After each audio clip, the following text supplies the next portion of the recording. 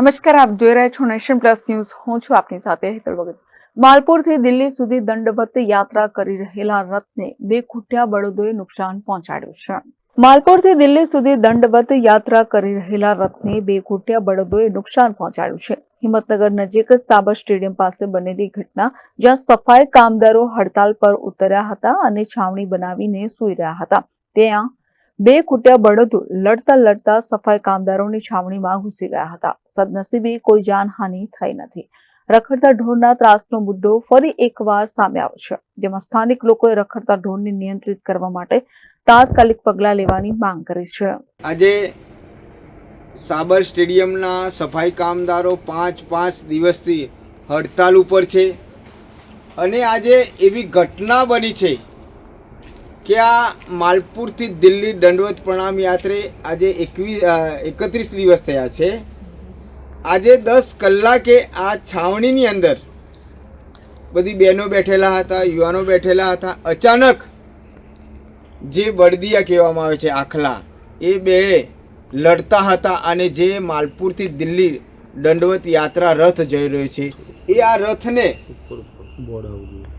બે લડતા ગાડીને ખૂબ નુકસાન થયું છે. આપ જોઈ રહ્યા છો કે કાચના બાટ તૂટી ગયો છે ને આ જે બેનો હડતાલ ઉપર બેઠેલી એમનો આબાદ આજે બચાવ થઈ ગયો છે કે આજે ખરેખર કોઈ હોનારત બની જાય. તેમ છતાંય તંત્રનું પેટનું પાણી હલતું નથી કે આ કામદારો પાંચ દિવસથી હડતાલ ઉપર છે, તેમ છતાંય આ લોકોને ન્યાય આપવા માટે તંત્ર ઘોર નિંદ્રામાં છે અને આ યાત્રા માલપુરથી દિલ્હી તરફ જઈ રહી છે. તેમ છતાંય પોલીસ દ્વારા કોઈ સુરક્ષા આપવામાં, પોલીસ પ્રોટેક્શન આપવામાં પણ આવ્યું નથી.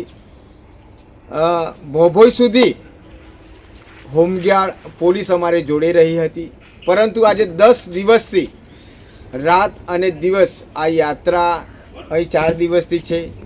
ભોભોઈથી આગળ નીકળી, તેમ છતાંય કોઈ પોલીસનો સહારો મળ્યો નથી, તંત્રનો સહારો મળ્યો નથી. આ દુઃખભરી બાબત છે કે કોઈ મોટી હોનારત બનશે ત્યારે આ તંત્ર જાગશે તેવું મને લાગી રહ્યું છે. તો મારી વિનંતી છે સરકારને કે આ કામદારોને તાત્કાલિક ન્યાય મળવો જોઈએ અને ગુજરાતના તમામ સફાઈ કામદારોના પ્રાણ પ્રશ્નો માટે માલપુરથી દિલ્હી દંડવત યાત્રા જઈ રહી છે.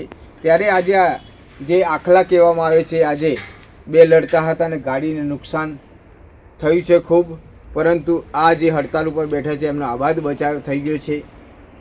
એટલે ગુજરાતની જનતાને વિનંતી છે કે અમારે અમારો અધિકાર જોઈએ છે, અમારે અમારો ન્યાય જોઈએ છે. Jitendra Solanki, nation plus news, Sabarkantha.